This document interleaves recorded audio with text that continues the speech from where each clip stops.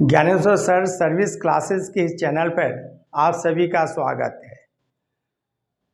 मैं पिछले कुछ दिनों से कई सारे वीडियो अपलोड कर चुके हैं और आप सभी ने मुझे काफ़ी सहयोग दिया है और उम्मीद है हमें कि आप इसी प्रकार हमें उम्मीद को बरकरार रखेंगे।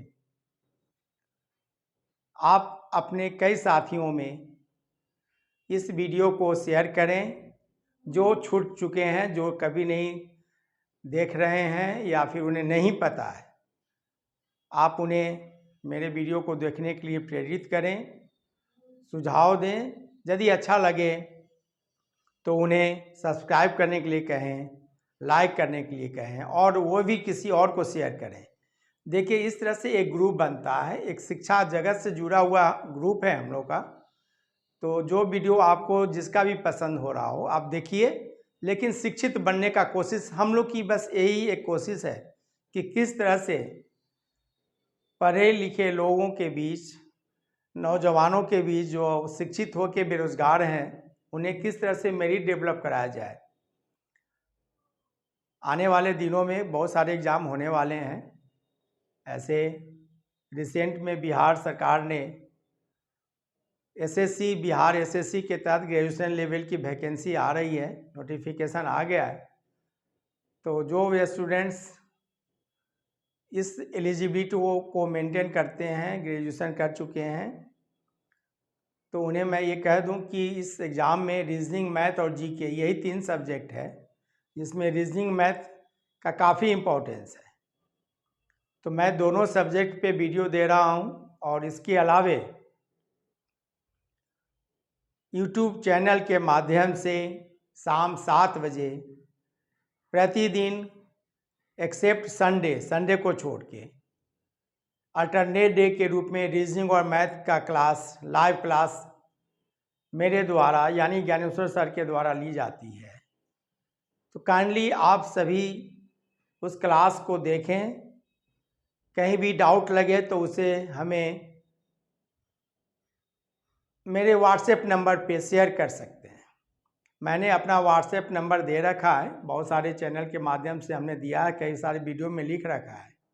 आप काइंडली सर्च करें, इसी बहाने तो कुछ वीडियो देख लीजिएगा और जो भी शिकायतें हों, जो भी कमेंट्स करना वो कर सकते हैं। चलते हैं आज इस वीडियो में मैथ्स का एक शानदार चैप्टर रेशियो एंड प्रोपोर्शन के बारे में हम लोग डिस्कस करते हैं।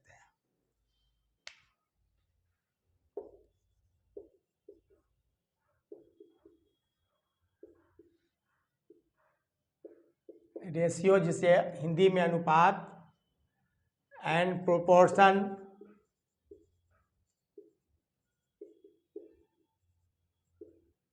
समानुपात कहते हैं।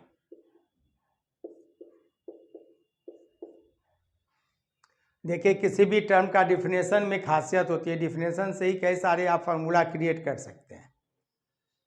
जैसे रेशियो का डिफिनेशन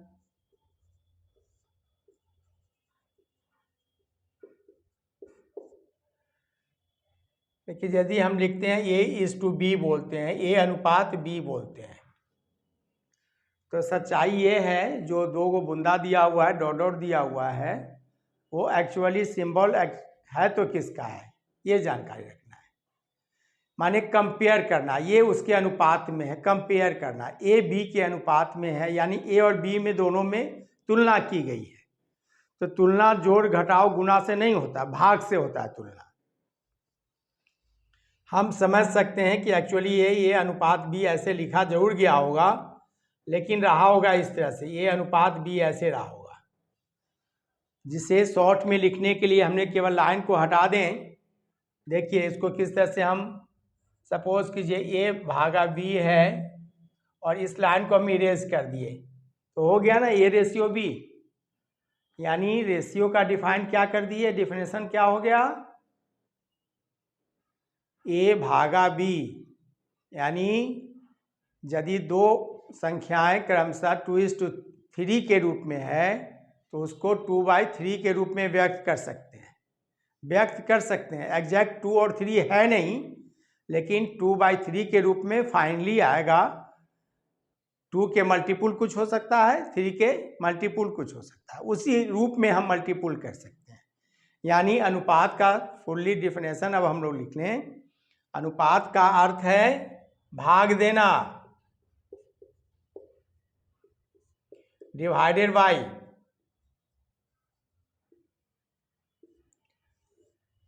इस प्रकार जो वैल्यू आएगा उसमें कोई कॉमन नहीं रहना चाहिए।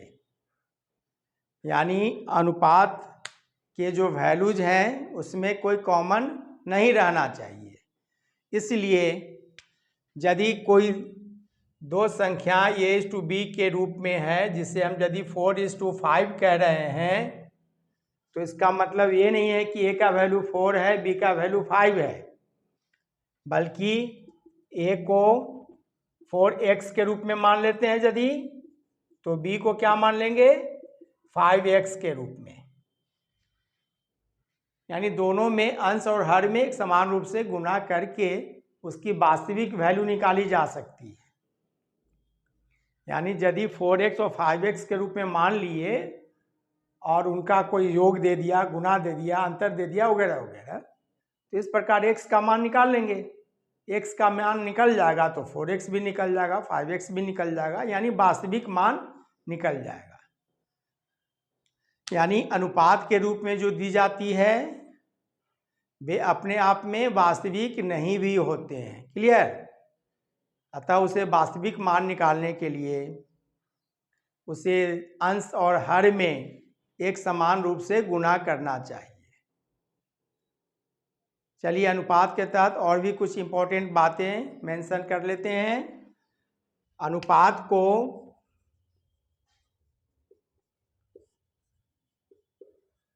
डेसिमल दशमलव या पावर घात के रूप में व्यक्त नहीं कर सकते हैं। डेसिमल या पावर के रूप में व्यक्त नहीं कर सकते हैं। जैसे मान लीजिए कि यदि a/b दिया हुआ है, 2/3 दिया हुआ है, यानी 2:3 दिया हुआ है, तो इसको तो 2/3 बोल सकते हैं। तो क्या इसको 1/1.5 भी बोल दें? बराबर तो हो ही सकता है, लेकिन नहीं, क्योंकि यहाँ क्या आ गया, पॉइंट्स में आ गया, तो ये गलत हो गया। यदि आप इसको सही मानेंगे तो इसका भी आधा कर दीजिए, उसका भी आधा कर दीजिए, तो ये तो कभी खत्म नहीं होगा तब तो। यानी रेशियो के तहत जो भी वैल्यू दी जाएगी वह पूर्ण संख्या में होना चाहिए और उसमें कोई कॉमन नहीं होना चाहिए। क्लियर?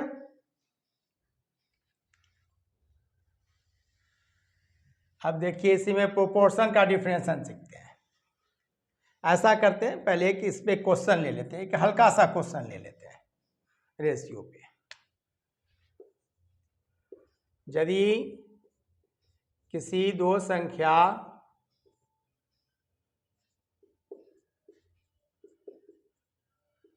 या किसी दो संख्याएं क्रमशः 5:8 के अनुपात में हो,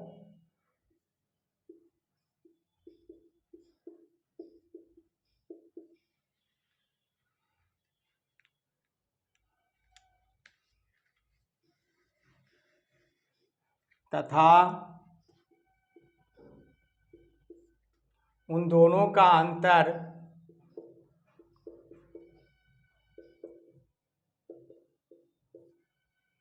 12 हो, उन दोनों का अंतर 12 हो, तो वे दोनों संख्याएं क्या हैं? वे दोनों संख्याएं क्या हैं? क्रमशः क्या है?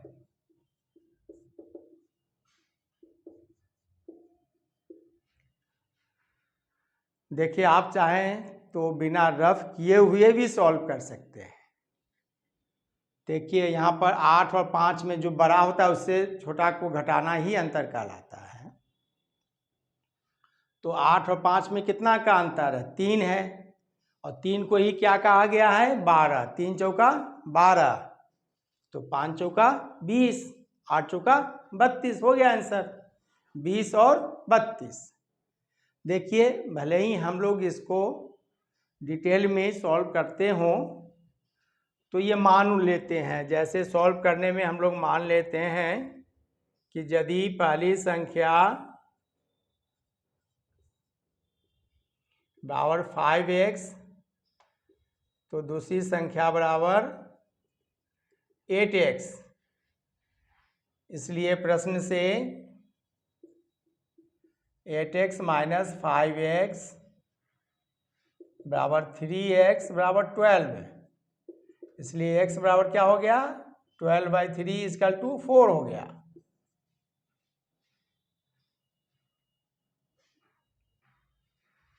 ना, इसलिए पहली संख्या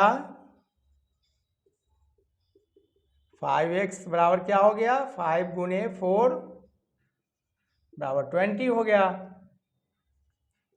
और दूसरी संख्या बराबर क्या हो गया 8x यानी 8 इंटू 4 बराबर 32 हो गया।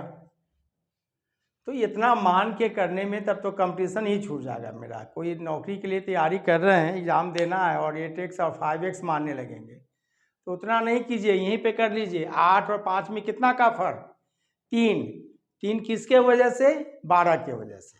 जब 3 को 12 कर रहे हैं तो 3 चौका 12 होता है, तो उसी तरह 5 को 4 से गुना कर लिए 20 हो गया, और 8 को 4 से गुना कर लिए 32 हो गया। ठीक है, ये डिटेल वाली बात हो गई, लेकिन डिटेल से कंपटीशन नहीं निकलता है। चलते हैं प्रोपोर्शनल शब्द को डिफाइन करते हैं।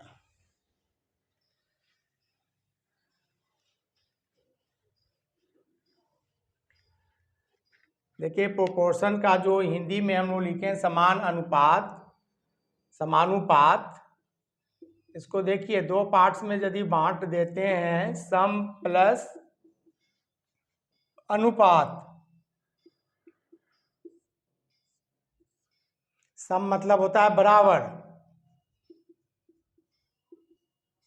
बराबर अनुपात, यानी कहने को दो वैसे अनुपात जैसे A/B है, एक अनुपात हो गया जो आपस में बराबर है। एक अनुपात का मॉडल ये हो गया, दूसरा अनुपात का मॉडल ये हो गया। वे क्या है आपस में बराबर हैं, बराबर सम मतलब बराबर है। अब देखिए इसी को, ये तो आपने सिंबल किसका दिए रेशियो का, ये रेशियो का सिंबल है, तो प्रोपोर्शन का क्या हो गया ये हो गया। अब ये हो गया सिंबल किसका प्रोपोर्शन का, लेकिन ये तो बराबर का सिंबल है। क्योंकि दो अनुपातों को जब आप बराबर करते हैं तब ना प्रोपोर्शन कह रहे हैं। तो देखिए चालाकी क्या किया गया इसमें साइन देने में, इस बराबर को क्या किया गया, इस थोड़ा सा बीच से दोनों को इरेज कर दिया गया। देखिए फिर से A/B बराबर C/D, तो देखिए इसको क्या कीजिए आप इसे मिटा दीजिए हल्का हल्का दोनों तरफ से, तो बन गया ये किसका सिंबल हो गया साइन ऑफ प्रोपोर्शन का हो गया।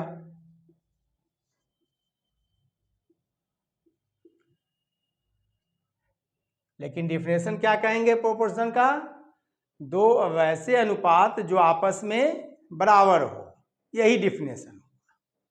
ठीक है, ये सिंबल भले ही ऐसे हो गया डबल डॉट डॉट का, इसको और भी साफ सुथरा लिखेंगे तो क्या करेंगे A/B डबल डबल दे दीजिए C/D, इस तरह से लिखा गया फाइनली। तो इन दोनों मिला के कितना टर्म हो गया, पहला टर्म, दूसरा टर्म, तीसरा टर्म और चौथा टर्म, 4 टर्म हो गए। तो इन 4 टर्म से आप छोटे छोटे कई फार्मूला ड्राइव कर सकते हैं। मिडिल टर्म जिसको मीन प्रोपोर्शन भी बोल सकते हैं, थर्ड प्रोपोर्शनल तृतीय अनुपात, फोर्थ प्रोपोर्शनल चतुर्थ अनुपात, ये 3 गो अलग अलग एक टर्म आ गया, उसका डिफिनेशन या फार्मूला इसी चारों जगह से आप डिराइव कर सकते हैं। जैसे चलिए इस पे कुछ इन टर्म्स को हम डिफाइन कर दे रहे हैं।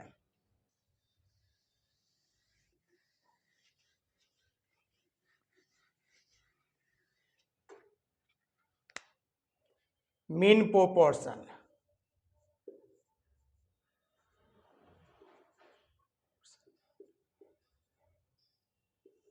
माध्यानुपात। देखिए ये जो शब्द है ना, इसी से आपका फॉर्मूला डिराइव हो जाएगा। मध्य में माने एक लेफ्ट है और दूसरा राइट में दिया हुआ है, बीच वाला एक समान है, उसको निकालना है। समझ रहे हैं? लेफ्ट राइट और बीच में दो टर्म और वे दोनों क्या है, एक समान है। दैट इज कॉल्ड माध्यानुपात। यानी स्ट्रक्चर बनाइए, ए इज टू वाट और वाट इज टू, मान लीजिए दूसरा टर्म है इधर लेफ्ट में ये और राइट में बी लिख दिए और दोनों बीच में एक समान, यही माध्यानुपात का फॉर्म हो गया। अब देखिए इससे यदि आप डिराइव करेंगे, फाइनली लिखेंगे तो ए बटा वाट बराबर वाट बटा बी, इसलिए क्रॉस मल्टीप्लिकेशन करेंगे, वाट स्क्वायर बराबर ए गुने बी, इसलिए वाट बराबर क्या आ गया, रूट ओवर ए गुने बी। यानी फार्मूला बन गया माध्यानुपात बराबर दी गई दोनों संख्याओं के गुणनफल का वर्गमूल, यानी रूट अंडर पहली संख्या गुने दूसरी संख्या, ये फार्मूला बन गया। तो क्या रटने की जरूरत हुई क्या, केवल प्लेसमेंट करने का तरीका सीख लीजिए।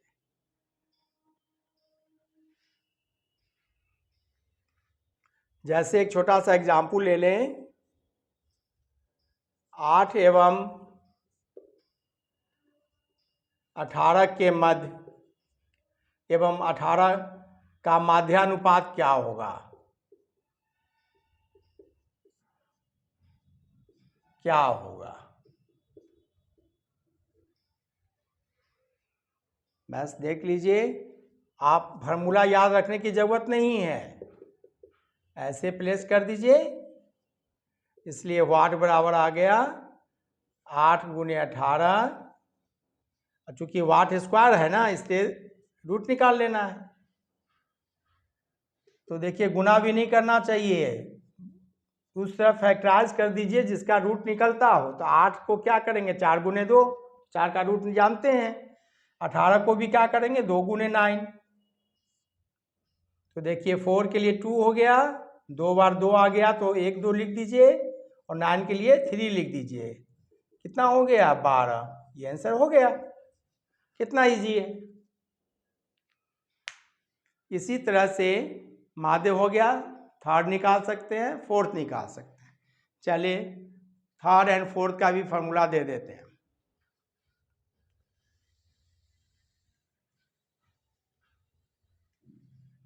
प्लेसमेंट करना सीखिए बस, और कुछ नहीं है।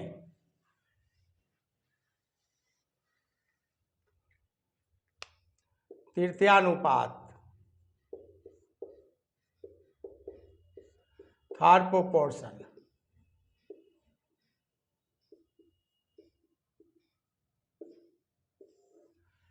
देखिए यहाँ पर तीसरा प्रोपोर्शन पूछा गया, इसका मतलब पहले से 2 ही है तो फिर तीसरा आएगा, लेकिन जगह मेरे पास कितने हैं, 4 है ना। तो ये सोचिए यदि फर्स्ट को सेकंड से किए तो उसी सेकंड को थर्ड से करेंगे तो 4 जगह हुआ कि नहीं हुआ। मानिए फर्स्ट को सेकंड से किए और उसी सेकंड को थर्ड से करना तो 4 जगह हो गया ना। यानी ए की तुलना हम बी से किए, ठीक है, तो इसी बी को हम किससे तुलना करेंगे, थर्ड प्रोपोर्शन हो गया। जगह तो 4 ही आपको मेंटेन करना है। तो चलिए इस लफ्ज से, इस ग्राफ से हो जाएगा। इसलिए ए बाई बी बराबर बी बाई वाट।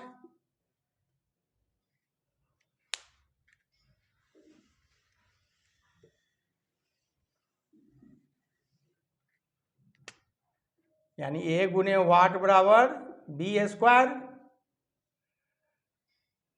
इसलिए वाट बराबर क्या हो गया, बी स्क्वायर बाई ए।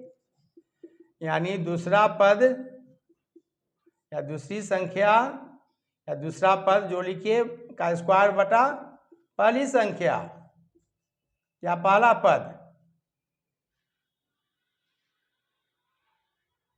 देखिए आप ऐसे भी फॉलो कर सकते हैं, पहली संख्या या पहला पद गुने चौथा पद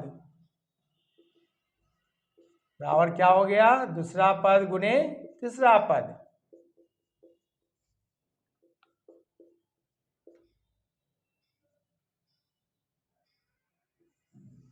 देखिए इसी बात को तो हम लोग लिख रहे हैं, पहला पद और ये चौथा पद हुआ नहीं, यहाँ पे पहला पद गुने चौथा पद बराबर दूसरा पद गुने तीसरा पद, तो बी और बी को गुना कर लिए। तो बस ध्यान देना है कि तीसरा यदि पूछा गया है, दो ही टर्म पहले से है, तो जगह तो मेरे पास 4 है, तो उस तरह कैसे एडजस्ट करेंगे, तो ये फार्मूला बन गया। इसी तरह से फोर्थ प्रोपोर्शन पूछा जाए, सेम मॉडल है, फोर्थ पूछा जा रहा है तो 3 पहले से दिया हुआ है और चौथा पूछा जा रहा है, वो तो और भी हल्का हो गया।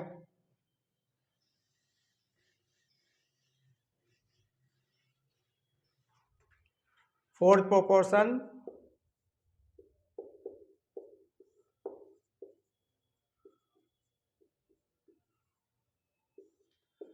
चतुर्थानुपात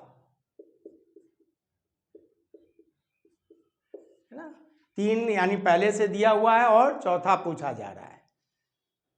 यानी सपोज कीजिए एज टू बी दिया हुआ है और फिर सी भी दिया हुआ है तीसरा टर्म, और पूछा जा रहा है फोर्थ के बारे में, तो क्या हो गया, ए गुने वाट बराबर बी गुने सी, पहला गुने चौथा बराबर दूसरा गुने तीसरा, इसलिए वाट बराबर है चतुर्थ पद बराबर बी गुने सी बाई ए। यानी दूसरी संख्या गुने तीसरी संख्या बटा पहली संख्या।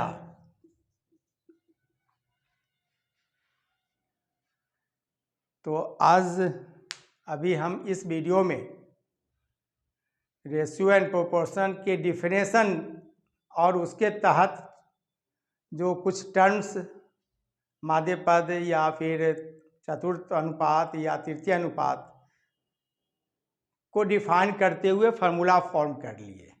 नयापन कुछ नहीं है, कोई खासियत नहीं है, बस लेकिन खासियत किस में है, अनुपात को जानना है और समानुपात, सम अनुपात, सम मतलब बराबर अनुपात, इतना आप डिफिनेशन को फॉलो कर लेंगे तो कई सारे क्वेश्चन छोटे छोटे एग्जाम में आपको ये आ जाएंगे, इससे ड्राइव कर सकते हैं।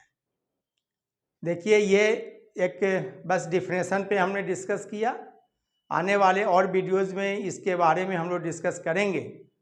और फिर हम बोल दें लाइव क्लास जो 7 बजे शाम में यूट्यूब चैनल पे होते हैं, उसमें हर चैप्टर का डिटेल में टू दी पॉइंट्स हर प्रकार के क्वेश्चन को डील किए जाएंगे। इसलिए उम्मीद करते हैं आप सभी मेरे लाइव क्लास से भी जुड़ें और अपने साथियों में मेरे चैनल को यदि अभी तक सब्सक्राइब नहीं किया है और आपने भी यदि किसी कारणवश सब्सक्राइब नहीं कर पाए हों, व्यूअर्स तो हैं लेकिन कई सारे व्यूअर्स ऐसे भी हैं जो सब्सक्राइब नहीं किए हैं, तो काइंडली सब्सक्राइब कर लें, बेल आइकन दबा दें ताकि आपके पास हर वीडियो का नोटिफिकेशन और क्लास का भी नोटिफिकेशन जाता रहे। Thank you. हम लोग मिलते हैं फिर नेक्स्ट वीडियो।